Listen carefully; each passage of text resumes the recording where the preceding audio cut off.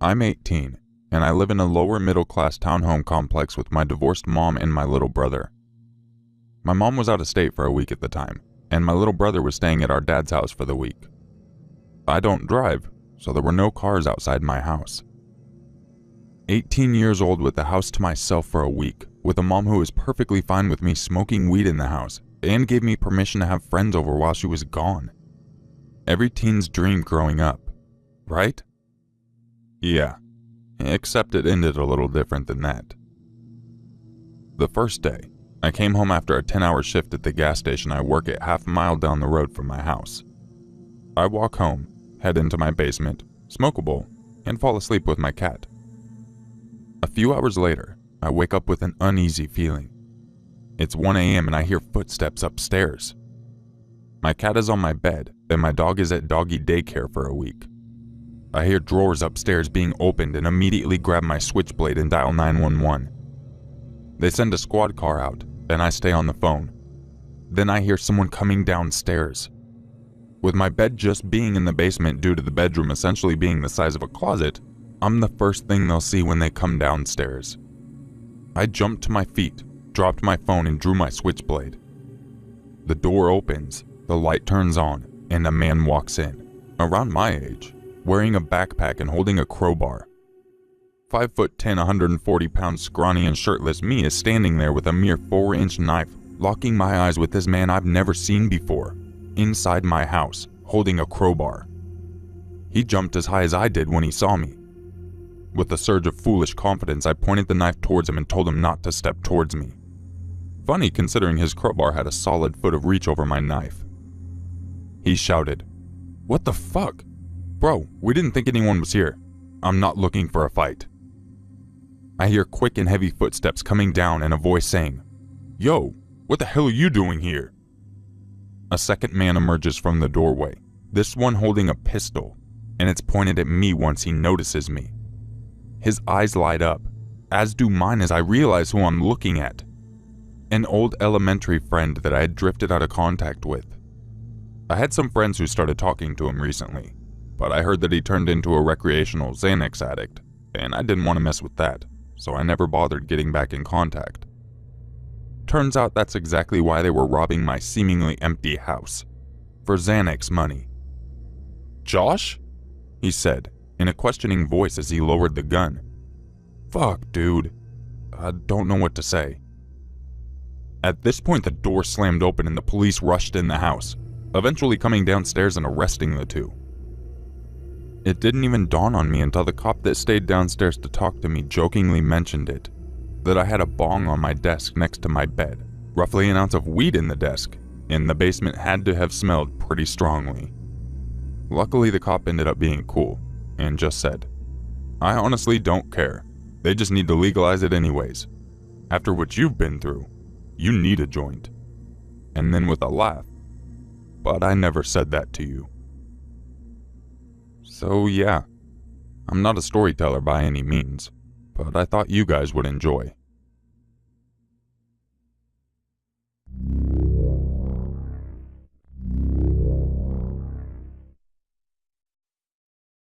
It was the middle of summer and my parents had left for the weekend to go to our house in Cape Cod. It's about a 2-hour drive away, so it's no big deal for them to just leave me alone for a few days. My mom had made some pulled pork and pasta for me to heat up whenever, and I had some money if I wanted to order a pizza. Things were all good. The first night I was alone, I stayed up till 3 in the morning playing Xbox, so I woke up really late the next day. I checked my phone when I woke, and saw that it was a little past 1. I had made plans to play some street hockey with my friends at 3, so I threw myself out of bed and stumbled into the shower. I take really long showers, so when my parents are gone, I go mental. I was in there for about 45 minutes on my phone scrolling through Reddit and Twitter and whatnot, when I heard my front door open. The bathroom is directly upstairs from the front door, and the thing is pretty loud when it opens and closes. I immediately froze, since obviously I was supposed to be alone. I waited for about 2 minutes, ears trained to hear anything else. Nothing. I figured it was just the wind, or maybe my parents were home early, so I turned off the shower, wrapped my towel around myself, and slowly walked down the stairs to check it out. So the stairs to the kitchen, where the back door is, are pretty tight and walled in. So it's essentially like walking down a tighter version of this, but replace the railing with a wall. So I can't see into the kitchen when I walk down. Even though my house is old as shit, and each step of the stairs makes a super loud creak, I still took my time and tried to be as quiet as possible. I probably took 45 seconds walking down all 12 of the stairs. When I get to the second to last stair, right before I could see around the corner into the kitchen, I take a little break to compose myself. In my mind, I knew I was being stupid. There obviously wasn't anything in the kitchen. There's no way I wouldn't have heard any other noise, and there's no reason for them to be in the kitchen if they're burglars or something. After sort of mentally chastising myself for being such a wuss, I chuckled to myself for being so stupid, and just normally walked the last 2 stairs and turned the corner into the kitchen. Standing about 2 feet away from me in the middle of the kitchen is a man staring straight at me, perfectly still, with a massive smile across his face, just staring at me. The thing I remember most vividly wasn't his face or his smile, but his arms. They weren't just at his side. He held them in the strangest, most abnormal position I've ever seen. They were where one would normally hold their arms, but he had rotated them to the point that they were almost completely reversed, as well as lifted them up and a little behind himself. I don't know why I remember this so much, but it's just the most demonic, abnormal position I've ever seen. Honest to God, I think I almost had a heart attack right there. Looking back, I can realize how creepy this situation was. But in the moment, I just took a step towards him and punched him as hard as I could in the jaw, sort of half slapping / pushing him towards the ground. The second I connected, I beelined up the stairs, dropping my towel in the kitchen with my heart beating out of control. I sprinted into my room and locked the door behind me. I quickly put a chair up against the doorknob like you see on TV, and almost without thinking, I immediately called 911, nearly in tears, and told the operator what happened. As I sat on the floor of my room, in practically the fetal position, staring at the door, praying that a cop would be there soon, I noticed the light coming from the gap between my door had stopped. This guy was standing outside my door. There's no words to describe the feeling I had. I was paralyzed with fear, watching the shadows across the bottom of the door shift in tiny ways. I stayed balled up, staring at the gap, praying the man would just go away for what seemed like an hour. All the while, the 911 operator was asking, "Hello, sir? Sir, are you there? Hello?" I didn't want to make a noise, and even if I wanted to move my arms to bring the phone to my mouth, I don't think I could have. Eventually, the light returned to the gap, and I heard the faintest of footsteps, slowly creaking the wooden floorboards as he walked down the hall. It was silent for a minute, as I just sat there curled up, unable to even speak. I heard banging on the front door and the sound of 2 officers entering my house. I finally felt safe, and when I opened the door to the 2 of them standing there, I almost cried. Nowadays, I check every lock on the house before going to bed. I still get nightmares occasionally, and my heart races whenever I see someone standing still. But I'm doing alright. Even working with sketch artists in a few lineups, the police never found whoever the hell was in my house. That sends shivers down my spine every time I look outside, half expecting to see him standing across the street smiling under a lamppost. I have no idea what he wanted or who he was.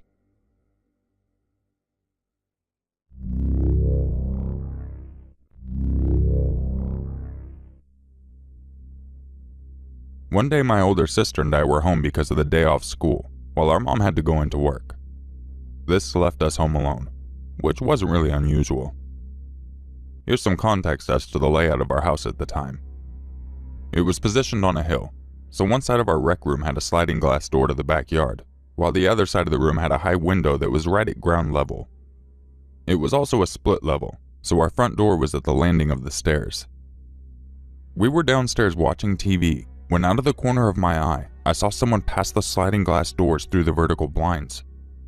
I told my sister, but in an effort not to panic, she said, "Nope, I didn't see anything." Just then, we saw the door move as if someone was trying to pull it. We both ducked down and crept to the stairs. We were on our hands and knees because our front door had windows. My sister finally bolted up the second half of the stairs and into the kitchen. This left me right under the door as the person tried to open it. My sister peeked around the corner of the kitchen doorway to see if the person was still there. When the coast was clear, I sprinted up the stairs and joined my sister in the kitchen, huddling from the windows. I turned to find my sister with a huge kitchen knife, ready to attack the potential intruder. I stifled my laughter at the hilarious visual, long enough to call my friend's dad who worked from home next door. While we waited, we heard the person trying the doors all around the house. Thank goodness my sister is paranoid and locks every door at all times. Our neighbor showed up, baseball bat in hand, but said he had seen a white van drive away.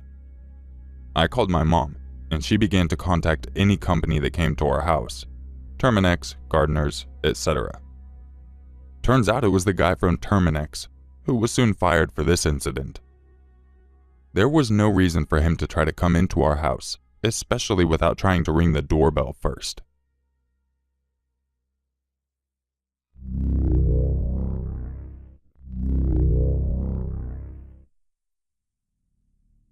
Years ago when I was in 2nd grade, I'm 22 now, my parents one morning finally felt confident in allowing me to stay home from school by myself and stay home without a babysitter until they came home. That morning my father gave me a house key, showed me the emergency numbers in the yellow book, and gave me instructions on what to do if stupid things happen like the house catching on fire. After school that day I came home, put the key in the door and walked into my house. I felt free. And I felt privileged that I was finally a big boy, and that I could now be on my own at home. Needless to say, I kinda got caught up in the moment, and ate tons of ice cream while watching Terminator on VHS, since my parents would never let us watch anything other than PG-13. Around 5 that day, I heard the doorbell ring. My dad told me to never answer the door by myself, even if they were home. I walked to our family room where I could get a good view of who was out there. Maybe my dad was just getting a package or something. He did always enjoy ordering things online. I saw a middle-aged man standing in a dark blue jacket that I've never seen before. He rang the doorbell again, and I expected him to leave after no one answered. After a third ring, I saw him walk down the steps and I assumed he was leaving. I went back to watching Terminator when I noticed something outside my kitchen window. The man was in our backyard for some odd reason. I felt scared for my life since some stranger was on my property. I ran under the kitchen table and grabbed the cordless phone from the counter and proceeded to call my dad's work number. My dad answered, and I exclaimed how a strange man was in the backyard and was now proceeding to try and open the sliding door. My dad told me to stay where I was and to call the neighbors. He would call 911. I told my dad I loved him, and he said he would call me immediately after he called 911. Before I could call my neighbor, the man was able to somehow open our family room window. I feared for my life and ran to the bathroom and locked the door and called our neighbors. After 30 seconds, I hear my neighbor running through our house, shouting my name to see if I was okay. She said that she saw no one in the house, and we stayed in the bathroom until the police arrived. The police conducted their investigation and told us that they found some fingerprints that matched a recently released convict who was previously in jail for breaking into homes. After that day, my parents did not leave me alone without a babysitter, until I went to high school. Every week I wonder what happened. Did he run when he saw that someone was in my house? Or did my neighbor scare him away when he heard her yelling?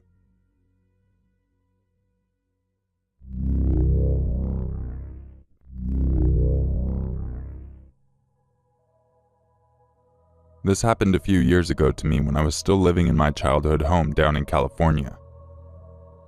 I had just inherited my family home, so my cousin decided to move in with my husband and I while she was attending a college nearby. My cousin and I were both working at a Lego store at the time, but I only worked mornings and my husband and cousin worked nights, so there were many nights that I was alone. A couple of weeks before this happened, I had been taking stuff out of my car when I realized a strange brown van with no back windows parked across the street. As I put the stuff in the trunk, the man in the van started making weird noises at me. I turned to see if I could get a good look at his face, but his black Giants baseball cap was pulled down really far. Thinking he was just a creepy guy, I flipped him off and went back into the house. About 2 hours later, I went outside to go somewhere, and he was still parked across the street. Not thinking too much of it, I hopped into my car and headed to my friend's house. As I was driving, I looked in my rearview mirror and saw the same brown van following me. I turned on a whole bunch of streets, and he followed me down all of them.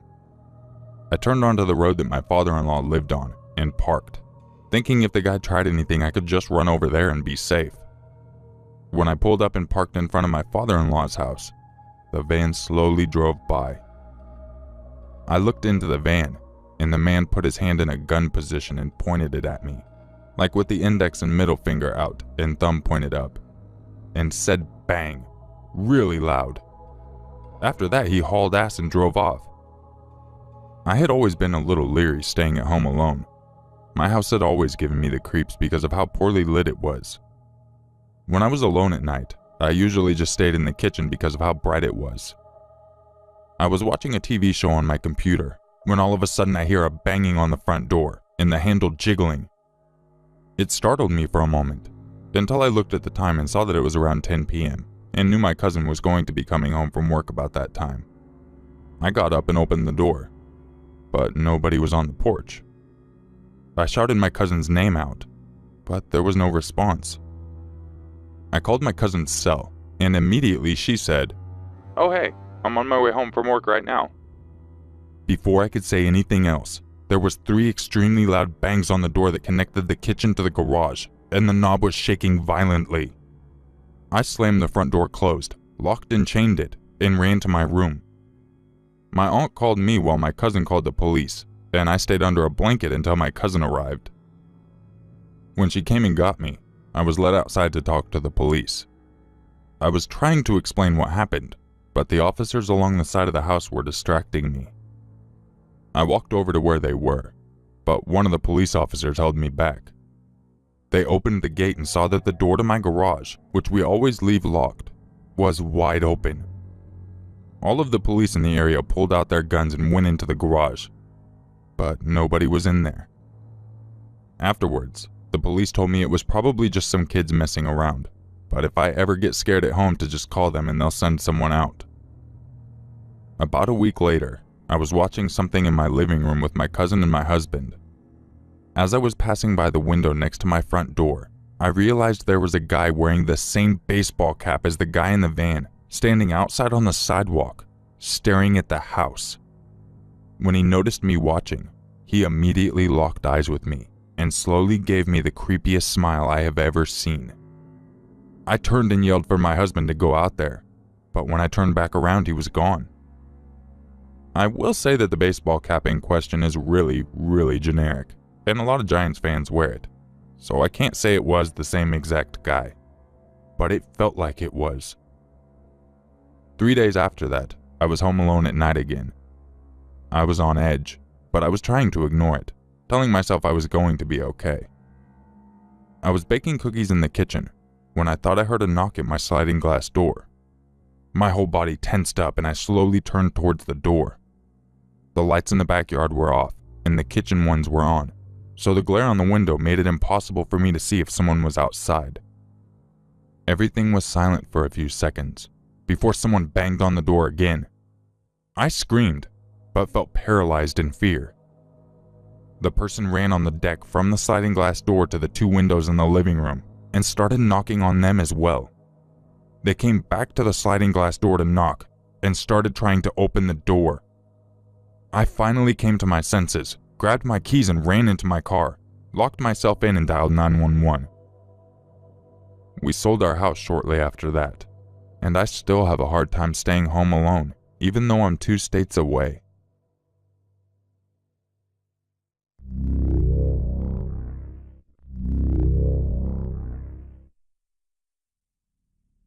When I was 14, my dad and I lived in a small studio apartment on Hollywood Beach in Florida.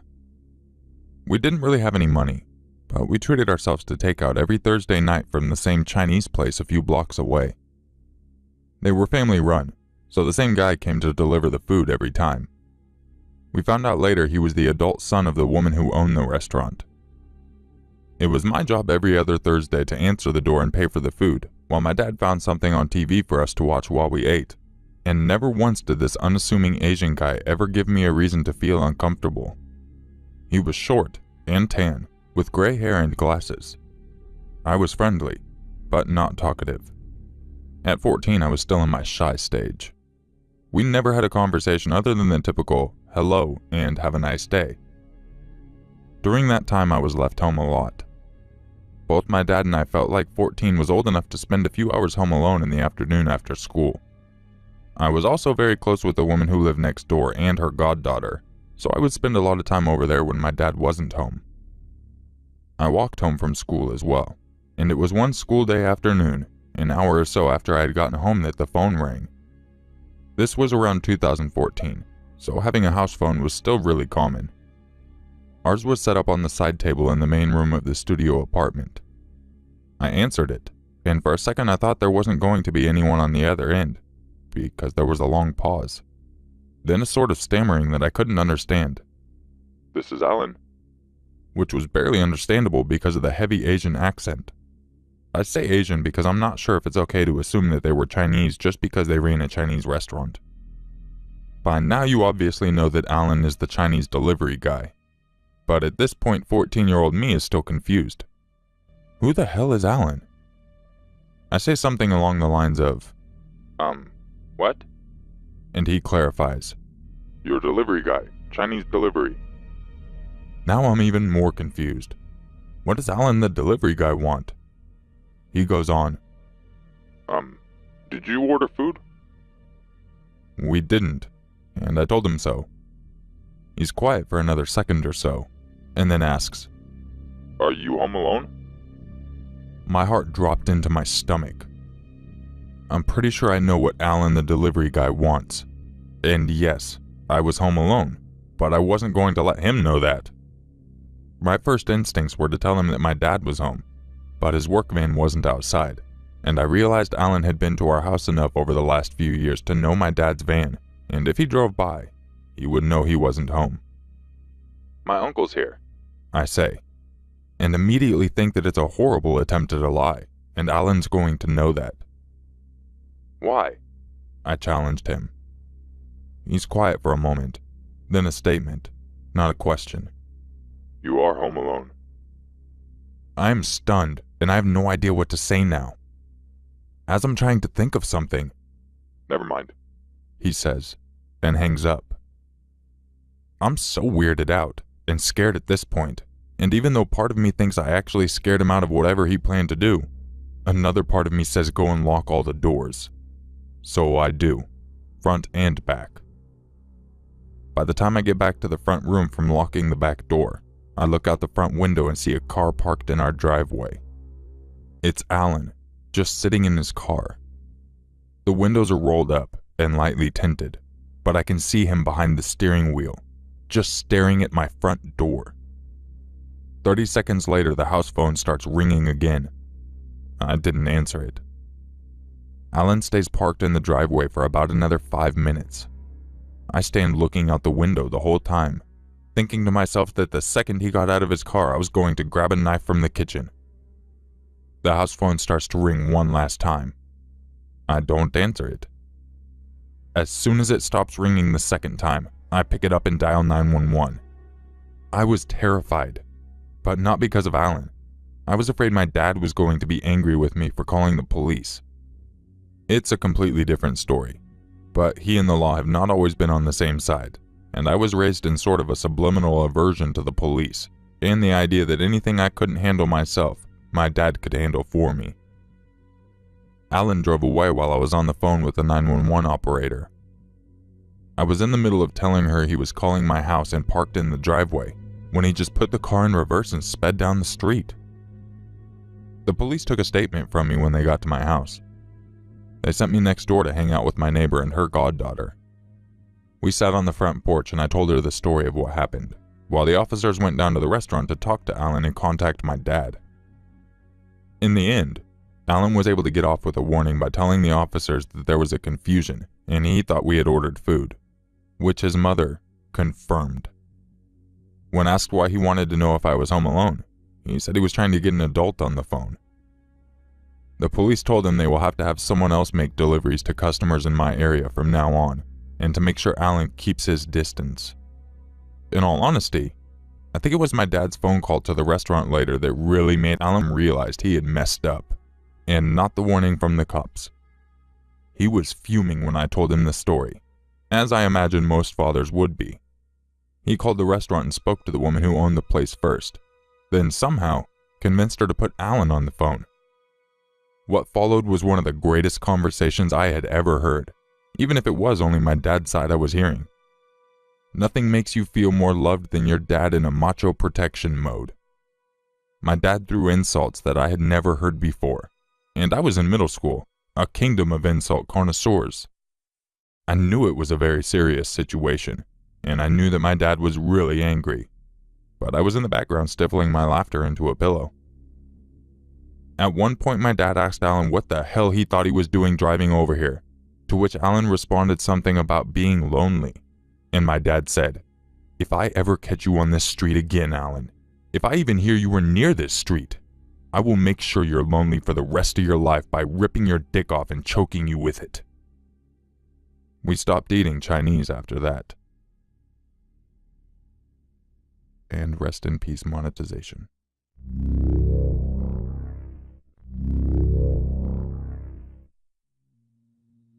This happened to me years ago at my old house, when I was 23. I was home alone and I get a knock on the front door. I'm always cautious of people at the front door, because my front door is set back on the side of my house, out of view of the main street. I opened my wooden door, but kept the security screen locked as usual. There were two large security-looking guys in black suits with greasy hair. They didn't say anything for a couple of seconds, so I asked, "What's up?" They asked as they peered around me, "Do you live alone?"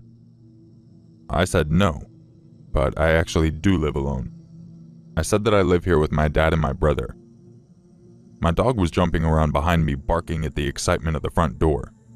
They asked me, "Does your dog bite?" And, "Is your house secure?" At that point, I asked them where they were from, like what company, and with one last look around me and through the house they said, "We'll come back later. Maybe you'll be more cooperative."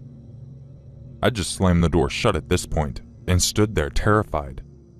I heard a jiggle of the security screen handle, and a part of me died thinking, "Oh fuck, it's not locked.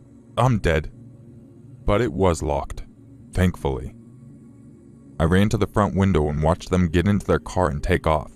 Then I immediately ran to the neighbors thinking that they had spoken to them as well, and that maybe they were just door knockers for a company, but were just really bad at it. My neighbor said she hadn't had anyone knock, but assumed they were friends of mine because the car was in my driveway almost every day this week. I work during the day, coming in and out, leaving and returning. I asked if it looked like they were stealing, but she said no, and she didn't see them taking anything. Either way, I went through my house looking for pinprick holes for cameras like in the movies. I didn't find anything, of course, but the neighbor never said they actually came in. They could have just been going around the back testing the windows or something. Who knows? I called the cops, and felt sorta silly, but basically wanted them to know that if I turned up dead, that I know who did it. They took it very seriously, and a squad car was sent out to take down the information I had. I got a call later that night, and they said men matching the description were the persons of interest in a break-and-enter rape near Tea Tree Plaza shopping center, and that I now needed to take these events very seriously. They sent a car out to see me, and did regular checks for the next 3 nights, but the guys never came back as far as I know. I'd like to write some dramatic ending, but I was lucky enough to not experience one to tell. This story happened years ago at my old address 3 months ago before we moved. Not because of this, but because my lease was up. This is the reason I never opened my door, not even for the police. I've had lengthy discussions with police officers for various things, like kids setting off fireworks and them wanting to know if I saw anything, that sort of stuff. But I've never opened my door and let them in. If I ever hear a noise or get freaked out, I just randomly start talking to nobody in hopes that whoever is outside will start thinking that I have men in the house, saying things like, "Hey Dad, you want some coffee? What about you, Jack?" 10 out of 10, it's always nothing. But I feel better knowing that if it was someone, they may have to think if it's worth the risk. I'll look through the window to ask what they want. I also have a "Do Not Knock" sticker, so when there is a knock, it's either someone I know or someone I don't want to know.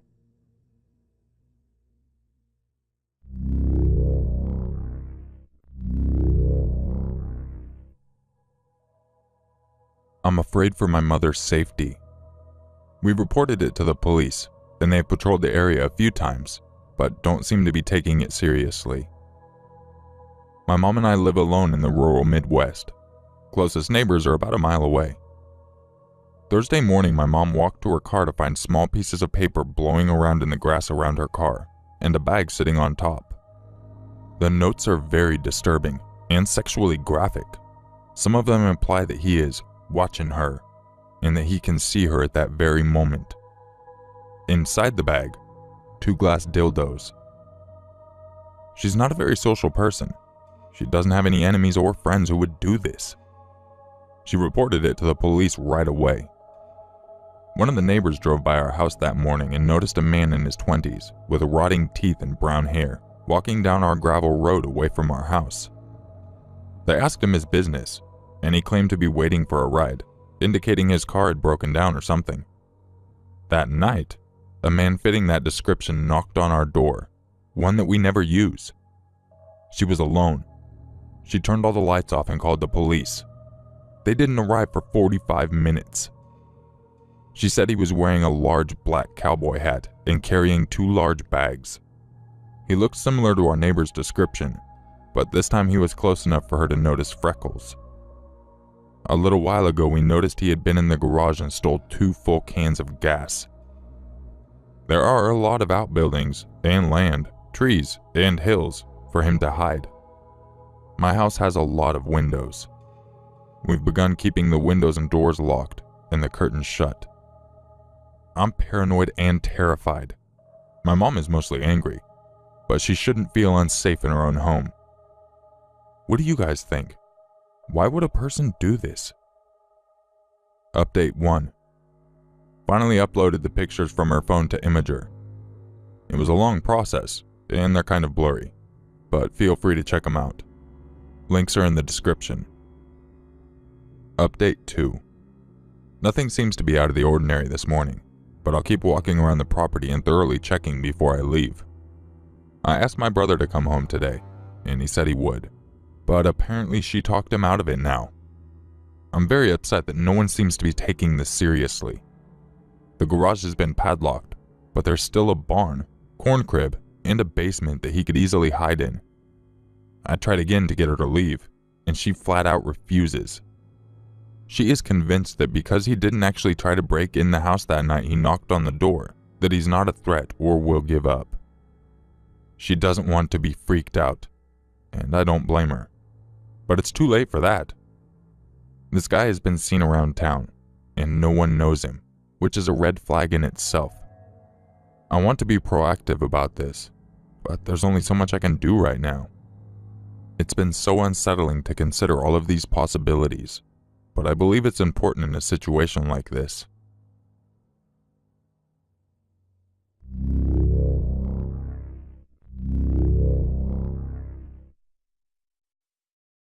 This is the first time I've ever written this down, and even though it was over 6 years ago, it has changed my personality forever. This isn't a made-up story. It genuinely happened and was actually featured in my local paper. But I don't like the idea of people knowing who I am or finding me, so I won't link it. I'll try to keep this as short as I can while giving most of the details. A little background for context first of all. I'm a female and was 23 at the time of this incident. I was living in the house my parents left me after they died. My dad died when I was 5 from a stomach ulcer, and my mom died of womb cancer when I was 22. I'm an only child with no grandparents or other family, so as you can imagine it was pretty devastating to lose my mother, and I wasn't ready to sell her home, my childhood home, yet, so I was living there alone at the time. The way the house was situated was pretty perfect for any criminal behavior, I guess, because although it wasn't isolated, neighbors a stone throw away on both sides, it was surrounded by very tall trees at the front and back onto a forest. The first odd thing, that didn't seem odd at the time, was that someone was ringing my doorbell a lot very early in the morning that day. At first I ignored it because I was still grieving and depressed, so I didn't really care about the outside world at that time. The person seemed to leave after 5 or 6 rings, and I fell back to sleep. Cut to the afternoon. The doorbell rings again, and this time I can't ignore it because the man outside can see me through the blurry glass door in my hallway. So, I answer it, and this homeless-looking man with a huge backpack on the ground starts asking me about my home.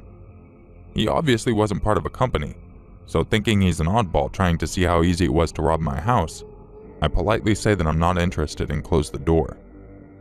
He stands there for ages, but I see him eventually leave and I brush it off. 20 minutes later, he's back.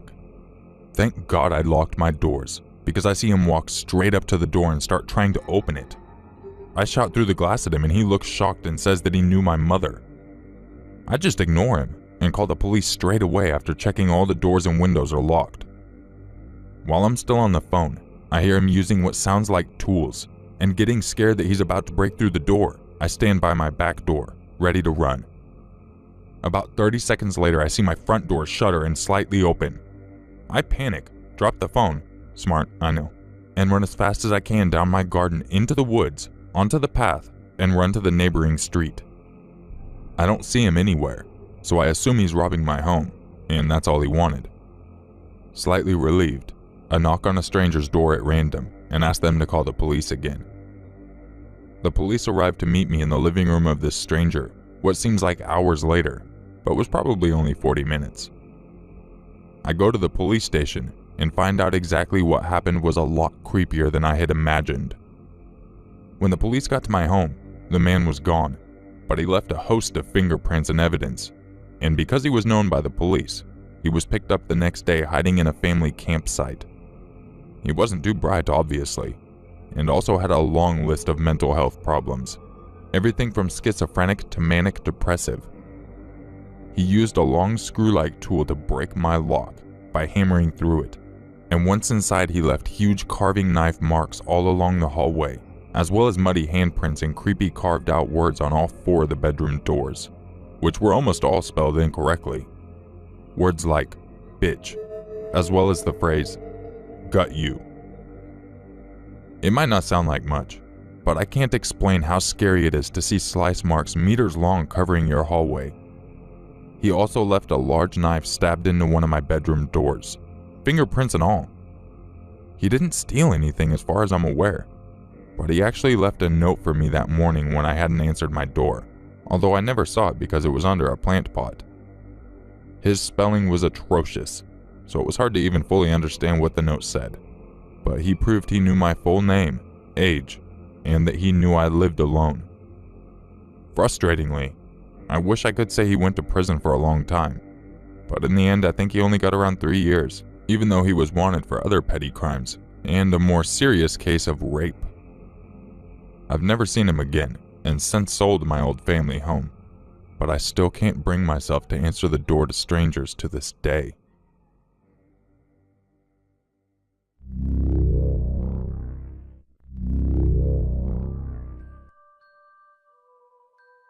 If you enjoyed this video, don't forget to leave a like, subscribe, and share it with your friends.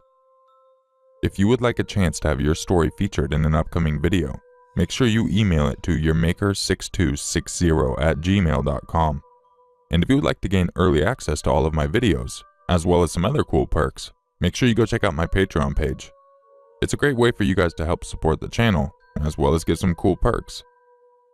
So I hope you guys enjoyed this longer video. I think maybe a couple of these stories I did do a long time ago, like a year ago, but back then my narration was atrocious, so I wanted to go ahead and do the stories justice. Either way, I hope you enjoyed this longer video, and I'll catch you in the next one. And just remember, it's always scarier if it's true.